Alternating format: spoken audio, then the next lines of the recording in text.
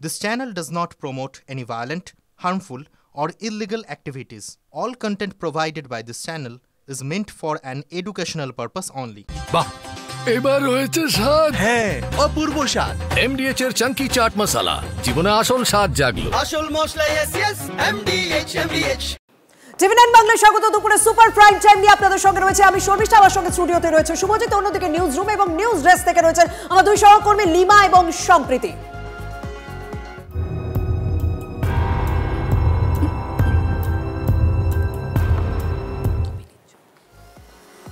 আর এই মুহূর্তের বড় খবরের দিকে নজর রাখতে হচ্ছে। ইরান ইসরায়েল যুদ্ধের ৭ম দিন, ছাড় পাচ্ছে না হাসপাতালও।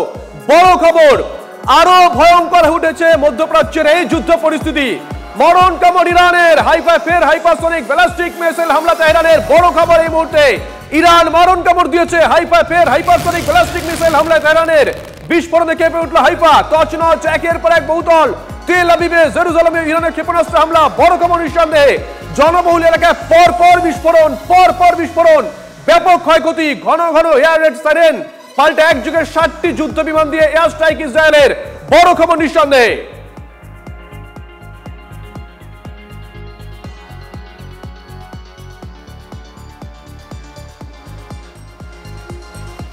দিন যতই গড়াচ্ছে, আক্রমণ প্রতি আক্রমণের অভিঘাত ততই বাড়ছে। तो आपको याद होगा कि चक्रव्यूह में जब अभिमन्यु की मौत हुई, अभिमन्यु मारे गए, उसके बाद से अर्जुन का रूप आपने किस तरह से देखा। मैं यहाँ पर एक बात साफ कर दूँ कि टीवी9 निष्पक्ष रिपोर्टिंग कर रहा है, इसलिए मैं ये नहीं कहूँगा कि कौरव कौन है पांडव कौन है। ईरान और इजराइल की अपनी जंग है, अपनी दलीलें हैं। चूँकि मैं लोकेशन पर मौजूद हूँ तो मैं ये बात निष्पक्ष होकर कह सकता हूँ कि ये कोई मिलिट्री साइट्स नहीं है जिसके बारे में ईरान दावा कर रहा है कि ये एक टेक्नोलॉजिकल पार्क था, IDF का कमांड एंड कंट्रोल सेंटर था। ऐसा कुछ नहीं है। ये एक बड़ा अस्पताल है, पुराना अस्पताल है, बहुत मशहूर अस्पताल है जिस पर मिसाइल गिरी है। वहीं दूसरी तरफ अब जाहिर है कि इजराइल भी जो ईरान पर अटैक कर रहा है उसमें ईरान भी दावा कर रहा है कि बहुत से सिविलियन मारे जाते हैं। हो सकता है, लेकिन चूंकि मैं ईरान में मौजूद नहीं हूँ तो मैं इस बात की गवाही नहीं दे सकता। लेकिन यहाँ पर मैं ये गवाही दे सकता हूँ, यहाँ पर टीवी9 का कैमरा गवाही दे सकता है कि यहाँ पर जो अटैक हुआ है वो उसकी लोकेशन क्या है। और सबसे बड़ी बात है कि इसके बाद नेतन्याहू और अधिक आक्रामक मोड में होंगे, इसके बाद ये जंग और अधिक आगे बढ़ेगी।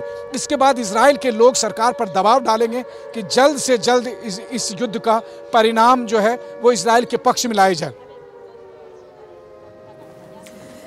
এই মুহূর্তে সবথেকে বড় ছবি, সবথেকে বড় খবর আমরা তুলে ধরলাম দর্শকদের সামনে যে কিভাবে সাধারণ মানুষদের উপরও টার্গেট করা হচ্ছে। কারণ সারোকা মেডিকেল সেন্টার এই মুহূর্তে কিন্তু যথেষ্ট ইম্পর্টেন্ট জায়গা এবং যথেষ্ট পুরনো হাসপাতাল। সেখানে প্রচুর সাধারণ মানুষ রয়েছে, রোগী রয়েছে, তাদের আত্মীয় রয়েছেন, শিশুরা রয়েছে। সেই সারোকা মেডিকেল টার্গেট করা হয়েছে, যদিও ইরান বলছে না আমরা IDF এর সেনা ঘাঁটি লক্ষ্য করে হামলা করেছিলাম। এর আগে বহুবার আমরা দেখেছিলাম বিভিন্ন সময়ে অনেক দেশ অনেক যুদ্ধ অনেকের উপর আক্রমণ করতে গিয়ে হাসপাতালে আক্রমণ করেছে। হ্যাঁ, এটা ঠিক যে এক একটা সময় হয়ে যেত ভুল টার্গেট, কিন্তু এখন প্রিসিশন স্ট্রাইক, একেবারে নির্দিষ্ট লক্ষ্যবস্তু আঘাত করতে সক্ষম এখনকার টেকনোলজি। অর্থাৎ কোন বিল্ডিং এর কোন ফ্লোরে কোন দিকটা আঘাত করবে সেটা ঘরে বসে ঠিক করা যায়, একেবারে ম্যাপিং করে। সেখানে দাঁড়িয়ে ইরানের এই যুক্তি, অনেকেই বলছেন এটা হাস্যকর। একবার ভালো করে একটা জিনিস বুঝতে হবে, ইসরায়েল টার্গেট করছে কোথায়? ইরানের পরমাণু কেন্দ্রগুলোকে ইসরায়েল কোথায় টার্গেট করেছে? ইরানের যে ঘাঁটিগুলো আছে, সৈনিক ঘাঁটি সেখানে, এবং ইরানের বিজ্ঞানীদের, পরমাণু বিজ্ঞানীদের। আর অন্যদিকে ইরান তারা কোথায় টার্গেট করছে? জনবহুল এলাকায়, হাসপাতালে। এই ছবি কিন্তু ধরা পড়ছে, 6টা ছবি একসঙ্গে দেখাচ্ছি আমরা। इस वक्त देखिए टीवी9 की टीम पहुंच गई उस ग्राउंड जीरो पर जिसके बारे में हमने अपने दुनिया भर के दर्शकों से कहा था कि हम जल्द ही, जरा रोहित यहाँ पर आप आइए ठीक बीचों बीच में। अब आप देखिए टीवी9 की टीम इस वक्त ग्राउंड जीरो पर मौजूद है। हमने अपने दर्शकों से वादा किया था, हमने अपने दर्शकों से कहा था कि हम यहाँ पर आएंगे और आपको हकीकत दिखाएंगे। और हकीकत क्या है वो सामने में देखिए, हॉस्पिटल की बिल्डिंग के पास से निकलता हुआ धुआं। और कैमरे पर इस वक्त आप देख सकते हैं कि कम से कम 100-150 से अधिक सिक्योरिटी पर्सनल्स के लोग यहाँ पर मौजूद हैं। अंदर में जो तस्वीरें हैं वो साफ तौर पर दिखाई दे रही है कि वहाँ क्या स्थिति है। तमाम जो सिक्योरिटी के रेस्क्यू ऑपरेशन से जुड़े लोग हैं वो सब है। रोहित, एक के बाद एक सभी तरह की तस्वीरें आप दिखाइए। और देखिए फायर ब्रिगेड की गाड़ी और उधर सामने में बिल्डिंग के ठीक पीछे में निकलता हुआ धुआं।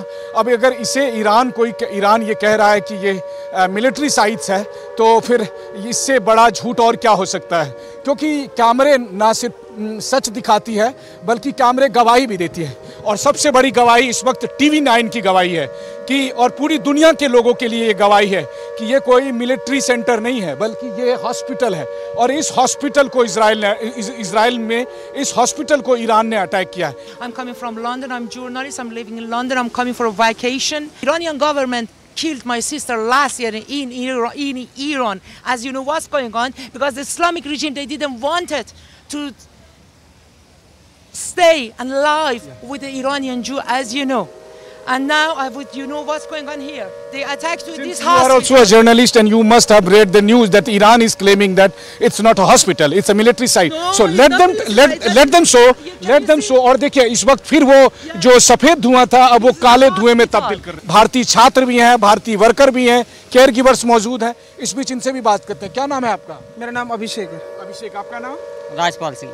राजपाल सिंह, कहाँ से हैं आप लोग? हम जो इंडिया में मेरठ डिस्ट्रिक्ट है हम लोगों का। तो इससे पहले भी आप, आज के अटैक से पहले भी यहाँ पर आए थे? आए तो हमारा दोस्त रहता है यहाँ पे, हम आते रहते हैं। क्योंकि ईरान कह रहा है कि ये हॉस्पिटल नहीं है, ये मिलिट्री सेंटर है, तो मैं ये दिखाना चाहता हूँ कि ये हॉस्पिटल है। ये छोटा का हॉस्पिटल है, ये हॉस्पिटल है, बहुत बड़ा हॉस्पिटल है। अब ये, हाँ, ये पुरानी बिल्डिंग है और ये नई बिल्डिंग बन रही है। बंकर में थे हम लोग, उस टाइम पे मिसाइल आई है। बहरहाल वहाँ पे भी जो है वहाँ तक इसकी दमक पहुँची है, बहुत तगड़ा वो हुआ है। ये ग्राउंड जीरो से तस्वीरें दिखा रहे हैं। भारत का इकलौता टीवी चैनल है जो ये तस्वीरें दिखा रहा है और लगातार हम इस तरह के अलग अलग लोकेशन पर जाकर उन तमाम जगह का दायरा से रिपोर्ट भेजेंगे। लेकिन इन तस्वीरों के बाद आप एक बात तो कह सकते हैं कि इस बार ईरान और इजराइल की लड़ाई आर पार की लड़ाई होने वाली है। আরে বাপ, তেল আভিভে আরো একটা ব্রহ্মাস্ত্র ইরানের আছড়ে পড়লো এবং যেরকম আপনাদের জানাচ্ছিলাম যে ইতিমধ্যেই আপনারা জানেন যে সেখানে সুপারসনিক হাইপারসনিক মিসাইল চার্জ করা হয়েছে। আর এবার ব্যালিস্টিক মিসাইল চার্জ, কি অবস্থা, কি পরিণতি সেখানকার আমরা জানবো। আমাদের সঙ্গে রয়েছেন আমাদের প্রতিনিধি সায়ন্ত। অর্থাৎ কেউ কাউকে 1 ইঞ্চিও জমি ছেড়ে কথা বলছে না, আরো ভয়ঙ্কর পরিণতির দিকেই এগোচ্ছে।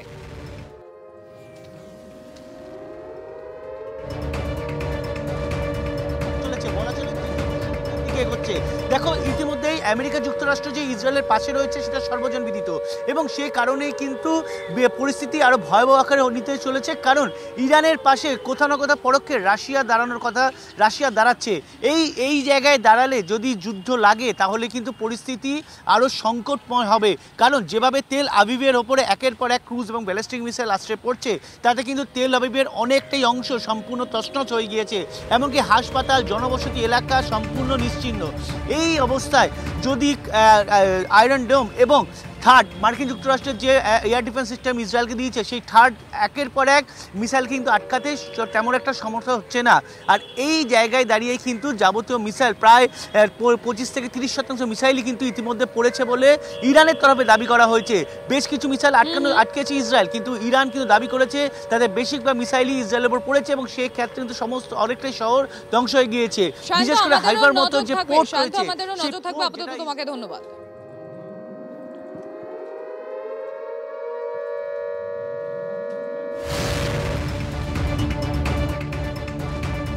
আর এই মুহূর্তে দাঁড়িয়ে আরো একটা বড় প্রশ্ন উঠে যাচ্ছে, এবার কি ইরানের টার্গেট হচ্ছে ইসরায়েলের সাধারণ মানুষ? তার কারণ হচ্ছে ইসরায়েলের বিরশেবায় সেনা ক্যাম্পের পাশে একটি হাসপাতালে সেখানে মিসাইল হামলা হয়েছে। কেন এটা হলো? টার্গেট কি অন্য কোথাও ছিল? কেন হসপিটালে মিসাইল হামলা হয়েছে আমি একটু বোঝার চেষ্টা করব, কারণটা জানার চেষ্টা করব। সিজার মন্ডল এই মুহূর্তে আমার সঙ্গে রয়েছে নিউজ ডেস্কে। সিজার, টার্গেট কি হসপিটাল নাকি অন্য কোথাও?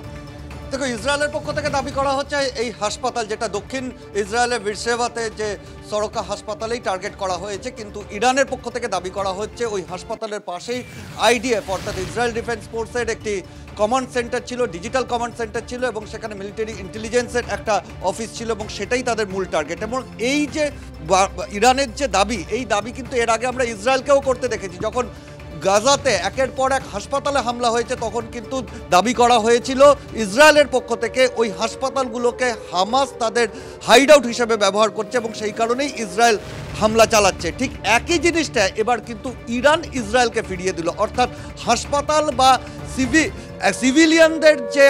সিভিলিয়ানদের ওপর হামলা করার যে প্রথা, সেই প্রথাটা কিন্তু অব্যাহত। অনেক ধন্যবাদ তোমায় সিজার, অবশ্যই কথা হবে আবারও পরবর্তীতে। কিন্তু এই মুহূর্তে দাঁড়িয়ে এটা একটা বড় প্রশ্ন তুলে দিচ্ছে, তাহলে কি গাজার যে পরিস্থিতি হয়েছিল সেই ছবিগুলো, সেই ভয়ঙ্কর অবস্থা যেটা আমরা সত্যি কেউই ভুলিনি, এখনো বারংবার ফিরে ফিরে আসে, সেই রকমই ইরান আবার টার্গেট করছে ইসরায়েলকে, মানে এইবার কি সিভিলিয়ানস টার্গেট হচ্ছে? কর্নেল দীপাংশু চৌধুরী আমাদের সঙ্গে রয়েছেন, আমি তার মতামত জানার চেষ্টা করব।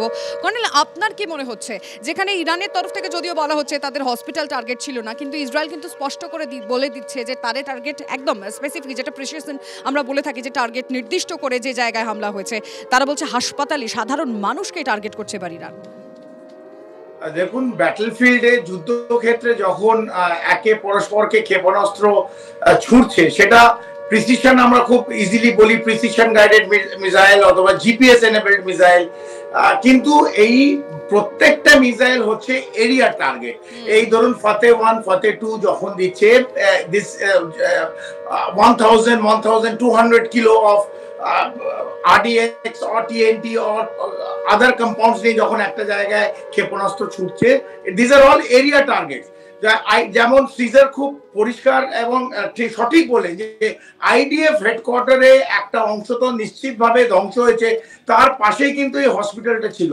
হ্যাঁ, এইটা as per the Geneva convention this is not allowed, but যুদ্ধক্ষেত্রে কোনো there is no thin line, and এটা ঠিক ওটা বেঠিক, এখানে হসপিটাল এবং ইরান যেরকম ভাবে মারছে, ইসরায়েলও একইভাবে তাদের সিভিলিয়ান টার্গেট তেহরানে, সেখানে ওদের ক্ষেপণাস্ত্র পড়ছে এবং সাধারণ মানুষ, মহিলা, শিশু নিহত হচ্ছে। এইটা চলতে থাকবে, যত তীব্রতম হবে এটা চলবে।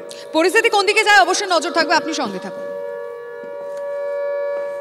আর স্বাভাবিক, ইরান যখন একের পর এক হামলা করছে তখন তো ইসরায়েলের পক্ষ থেকেও হামলা চালাতে হবে, এবং ইসরায়েলে কিন্তু ইরান এক একটা যে ক্ষেপণাস্ত্র ছুটছে সেগুলো সম্পর্কে আপনাদের যদি আপডেট দিয়ে দিই। সেজিল ক্ষেপণাস্ত্র ছুড়েছে এই মুহূর্তে ইরান, তেল আভিভে আশ্রয় পড়েছে ইরানের আরো এক ব্রহ্মাস্ত্র, 1500 কেজি বিস্ফোরক নিয়ে আশ্রয় পড়েছে ব্যালিস্টিক এই মিসাইল সেজিল। মাঝারি পাল্লা সলিড ফুয়েল ব্যালিস্টিক মিসাইল সেজিলের রেঞ্জ 2 থেকে 2500 কিলোমিটার।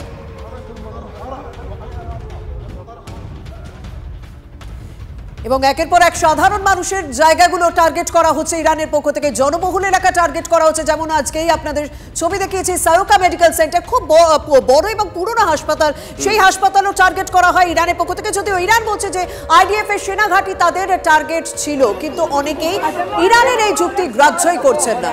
এবার খামেনেইকে টার্গেট করে অপারেশন শুরু করলো ইসরায়েল, কারণ খামেনেই না থাকলে এই পরিস্থিতি শান্ত হবে। আগেই বলে দিয়েছেন Benjamin Netanyahu, Khamenei bunker target করে লাগাতার বোমা বর্ষণ করা হচ্ছে। তেহরানের খামেনেইয়ের বাংকারের কাছে বড় হামলা IDF এর। এদিকে ইরানের লাগাতার হামলা তছনছ হয়ে গেছে তেল আবিব শহরে, গুরুত্বপূর্ণ জায়গায় আছড়ে পড়ছে পরপর মিসাইল, ঘুরিয়ে গেছে একের পর এক বহুতল। ইরানের হামলায় মৃত্যু হয়েছে অন্তত 3 জনের, আহত 30 জন। ইসরায়েলের স্টক এক্সচেঞ্জ ভবনেও আছড়ে পড়েছে ইরানের মিসাইল, তেল আবিব জুড়ে ব্যাপক ক্ষয়ক্ষতি।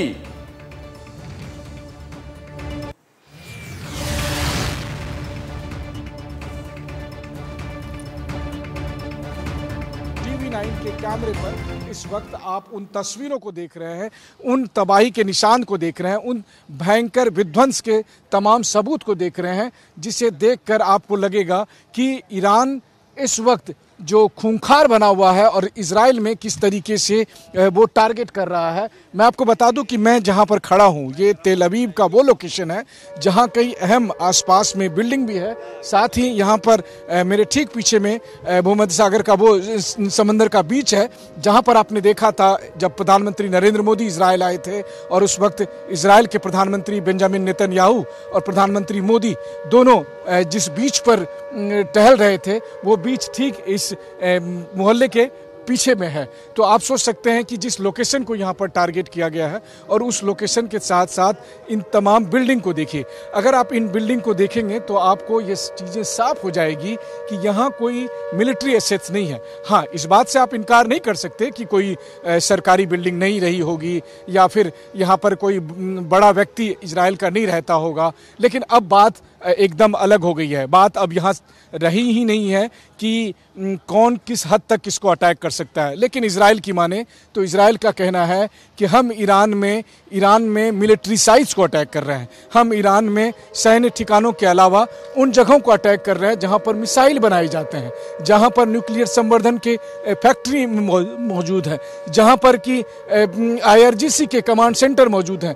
लेकिन इसके ठीक उलट ईरान की तरफ से इजराइल को जब टारगेट किया जाता है तो वो इन जगह पर किया जाता है। बहरहाल ईरान और इजराइल के अपने दावे हैं, लेकिन उन दावों के बीच में ग्राउंड जीरो पर इस वक्त TV9 की टीम मौजूद है और ग्राउंड जीरो पर TV9 की टीम आपको बता रही है कि देखिए तबाही के वो निशान जिससे साफ तौर पर पता चल रहा है कि ईरान और इजराइल की जंग कितनी भयंकर साबित होने वाली है। और अगले कुछ घंटे इसमें बेहद महत्वपूर्ण होने वाले हैं। वो इसलिए क्योंकि एक तरफ जहां ईरान के सुप्रीम लीडर अयातुल्लाह खमनेई को टारगेट करते हुए इजराइल के फाइटर जेट वहां स्ट्राइक कर रहे हैं, वहीं दूसरी तरफ ईरान ने भी धमकी दी है कि अगर ज़रूरत पड़ी तो फतेह-1 ही नहीं बल्कि कई और दूसरे मिसाइलों का भी इस्तेमाल किया जाएगा और ऐसे में आज की रात और अधिक भारी पड़ने वाली है। कैमरामैन रोहित के साथ मनीष झा, TV9 तेल अवीव, इजराइल। আর এই মুহূর্তে এই ইরান ইসরায়েল কনফ্লিক্টের একটা বড় খবরের দিকে নজর রাখবো আপনাদের। যেরকম বারবার আমরা জানাচ্ছি যে একের পর এক হামলা চলছে, মারাত্মক হামলা চলছে। একদিক থেকে যখন সেজল ব্যালিস্টিক মিসাইল নিয়ে হামলা হচ্ছে ইসরায়েলের উপর, অপরদিকে তখন ইরানের পুলিশ হেডকোয়ার্টারের উপর হামলা চালিয়েছে ইসরায়েল। এবং শুধু তাই নয়, যেটা জানা যাচ্ছে যে এই অভ্যন্তরীণ নিরাপত্তা পরিষদের যে সদর দপ্তর ইরান সরকারের সেটাও এখানেই ছিল এবং সেটাকেই টার্গেট করা হয়েছে। জ্যোতির্ময় রয়েছেন আমাদের সঙ্গে। জ্যোতির্ময়, দেখো যে খবর আমাদের কাছে আসছে এবং যে কথা ইসরায়েল অনেক আগেই স্পষ্ট করে দিয়েছে যে এবারে খামেনি সরকারকে না ফেলা পর্যন্ত কোনো পরিস্থিতিতেই থামবে না ইসরায়েল। অর্থাৎ এই যুদ্ধের একটি পলিটিক্যাল টার্গেট, একটি পলিটিক্যাল ন্যারেটিভ ইতিমধ্যে নেতানিয়াহু তিনি তৈরি করে দিয়েছেন এবং সেই টার্গেটের লক্ষ্যেই কিন্তু এবারে এক এক কদম করে এগোচ্ছে ইসরায়েল। প্রাথমিকভাবে প্রথম কয়েকটি দিন আমরা দেখেছিলাম যে মূলত মিলিটারি ইনস্টলেশনগুলোকে টার্গেট করা হচ্ছিল, যে জায়গা থেকে যে লঞ্চ প্যাডগুলিকে ব্যবহার করে লাগাতার মিসাইল হানা চালানো হচ্ছিল সেই জায়গাতে টার্গেট করা হয়েছে। যেখানে যেখানে তাদের ইম্পর্টেন্ট লিডাররা রয়েছে তা একেবারে পলিটিক্যাল লিডার হতে পারে বা নিউক্লিয়ার সায়েন্টিস্ট হতে পারে বা মিলিটারি বিভিন্ন একেবারে উচ্চ পদে থাকা যারা অফিসার রয়েছেন তাদেরকে টার্গেট করা হচ্ছিল। এর পাশাপাশি যে সমস্ত জায়গাগুলি আমরা দেখেছি যে নিউক্লিয়ার এনরিচমেন্ট প্ল্যান্ট বা নিউক্লিয়ার পাওয়ার প্ল্যান্ট বা ইউরেনিয়াম এনরিচমেন্ট প্ল্যান্ট রয়েছে সেই জায়গাগুলিকে টার্গেট করা হচ্ছিল। কিন্তু এবারে গতকাল রাত থেকে যে খবর আমাদের কাছে আসছে তা হচ্ছে সরকারি বিল্ডিংকে টার্গেট করা হচ্ছে। আর যে খবর একেবারে লেটেস্ট আসছে তা হচ্ছে যে পুলিশ হেডকোয়ার্টার রয়েছে, যেখানে তাদের ইন্টারনাল সিকিউরিটির হেডকোয়ার্টার ছিল তা সম্পূর্ণভাবে গুড়িয়ে দেওয়া হয়েছে, সমস্ত বিল্ডিং গুড়িয়ে দেওয়া হয়েছে। এর লক্ষ্য একটাই, এই মুহূর্তে সরকারের ফাংশনিং যে সম্পূর্ণভাবে বন্ধ, সরকারের এক একটা বিল্ডিং ভেঙে দিয়ে সেই মেসেজটাই তেহরানের মানুষের কাছে এস্টাবলিশ করার চেষ্টা চলছে। আরেকটি বিষয় গুরুত্বপূর্ণ তা হচ্ছে যে খামেনি তিনি এই মুহূর্তে কোথায় রয়েছেন, সুপ্রিম লিডার, সেই বিষয়টি এখনো পর্যন্ত স্পষ্ট নয়। তিনি আন্ডারগ্রাউন্ড এইদিকে জ্যোতির্ময় এই জায়গায় আমাদের নজর থাকবে, তুমি সঙ্গে থাকো। আমরা ইতিমধ্যেই যোগাযোগ করতে পেরেছি, কর্নেল দীপ্তাংশু রয়েছেন আমাদের সঙ্গে। কর্নেল দীপ্তাংশু, ঠিক যেরকম আমাদের প্রতিনিধি জ্যোতির্ময়ও বলছিল যে প্রথমে আমরা দেখেছি একের পর এক এস্টাবলিশমেন্টে আঘাত হয়েছে, সেটা গ্যাস ডিপো হোক, তেলের ডিপো হোক, পরমাণু গবেষণা কেন্দ্র হোক। আর এবার গতকাল রাত থেকে আমরা যেটা দেখতে পাচ্ছি যে সমস্ত অ্যাডমিনিস্ট্রেটিভ বিল্ডিং রয়েছে সেগুলোকে টার্গেট করা হচ্ছে। অ্যাডমিনিস্ট্রেটিভ বিল্ডিং তো অলওয়েজ একটা যখন যুদ্ধ হয় সেই গ্রিডে থাকে এবং এই গ্রিড রেফারেন্সের অনুযায়ী যে অ্যাটাক হচ্ছে, এই পুলিশ হেডকোয়ার্টার হোক অথবা IDF এর এইদিকে তেল আবিবে অ্যাটাক হোক অথবা তেহরানে অ্যাটাক হোক, এই বিভিন্ন যে অ্যাডমিনিস্ট্রেটিভ বিল্ডিং, এটা ওদের যে লিডারশিপ স্ট্রাকচার, এই স্ট্রাকচারটাকে প্রথমে ভেঙে দিতে হবে, সেটাই ওরা করছে। এবং তার সাথে সাথে আশেপাশে যত জনবহুল এলাকা, সে আমরা তেল আবিবে দেখেছি একটা হসপিটালে লেগেছে, ইসফাহান ইরানেও কিন্তু একটা ছোট নার্সিং হোম অথবা একটা হসপিটাল বলতে পারেন, হেলথ ক্লিনিক বলতে পারেন, সেটাও কিন্তু ধ্বংস হয়েছে। এবং তার সঙ্গে সঙ্গে আরাক ওয়াটার রিঅ্যাক্টর, এটা আমরা প্রত্যেকে জানি ইতিমধ্যে সেটা তার উপর বর্ষণ হয়েছে এবং সেটাকে ধ্বংসের জন্য এগিয়ে যাচ্ছে। এই যেদিকে প্রবাহ এগিয়ে যাচ্ছে, আমি একটাই বলছি, যদি মার্কিন যুক্তরাষ্ট্র এখনো লড়াই শুরু করেনি, যদি মার্কিন যুক্তরাষ্ট্র ইসরায়েলের পাশে তার প্রথম মিসাইল, প্রথম ক্ষেপণাস্ত্র ফায়ার হয়, তাহলে এটা একটা অন্য দিক নেবে এবং এটা this will be a long run war. আমরা যেন কেউ মনে না করি, যারা দেখছি, যারা এটার সঙ্গে যুক্ত, যারা শুনছি, এই লড়াইটা মার্কিন যুক্তরাষ্ট্রের 3 দিনে 4 দিনে শেষ হয়ে যাবে না। ইরান ইজ নট প্যালেস্টাইন এবং তেহরান গাজা নয়। একেবারে আমাদের এদিকে নজর থাকবে। কর্নেল দীপ্তাংশু, আপাতত আপনাকে ধন্যবাদ। সম্প্রতি দেখো, শুধুমাত্র কিন্তু সরকারি দপ্তরগুলো নয়, পরমাণু কেন্দ্র টার্গেট করছে এই মুহূর্তে ইসরায়েল। মানে ইরানের পরমাণু কেন্দ্রগুলোকে একের পর এক ধ্বংস করতে চাইছে এবং সে কারণে ইতিমধ্যেই কিন্তু বেশ কয়েকটা শহর খালি করতে বলা হয়েছে। তার মধ্যে অন্যতম অরাক ও খন্ডাব। এই শহরগুলো খালি করতে বলেছে আইডিএফ। যে কোনো সময় অরাক ও খন্ডাবে কিন্তু হামলা চালানোর হুঁশিয়ারি রয়েছে। তবে এই মুহূর্তে ব্যাক টু ব্যাক আরো একটা বড় খবর আসছে। এই মুহূর্তে আরো একটা বড় খবর, এই মুহূর্তের অন্যতম বড় ব্রেকিং নিউজ। ইরানের ফোর্ট, অর্থাৎ বলা যায় ইরানের প্রাণ কেন্দ্র, পাহাড়ের কোলে মাটির তলে যে পরমাণু কেন্দ্র, সেটাকে টার্গেট করতে চাইছে ইসরায়েল, তাকে ধ্বংস করতে চাইছে। কিন্তু কেন? এই প্রাণ কেন্দ্র, যেটা বলা হচ্ছে যে ইরান যাকে একেবারে আগলে রাখছে, কোনোভাবে যাতে ধ্বংস না হয়, সেই চেষ্টাই বা কেন হচ্ছে? আমি জানার চেষ্টা করবো আমাদের রিপোর্টার শান্তর কাছ থেকে ডিটেল। শান্ত, দেখো, ফোর্দোতে কিন্তু ইরানের প্রাণভোমরা লুকিয়ে রয়েছে, কারণ সেখানে পরমাণু অস্ত্র ভাণ্ডার রয়েছে আর সেই অস্ত্র ভাণ্ডারেই মূলত প্রত্যাঘাত করতে চাইছে ইসরায়েল।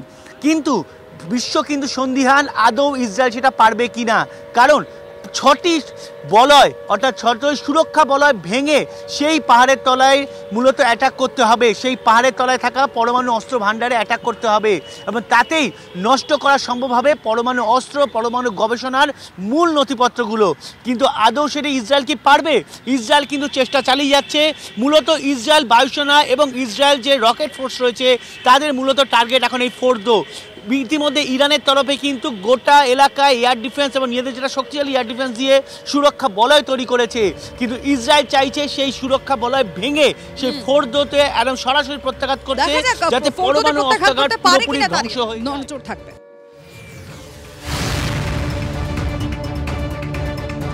আরো একটা বড় খবর, সম্ভবত বড় ইঙ্গিত, ইসরায়েল ইরান যুদ্ধের মধ্যে মার্কিন আকাশে ডুমসডে বিমান।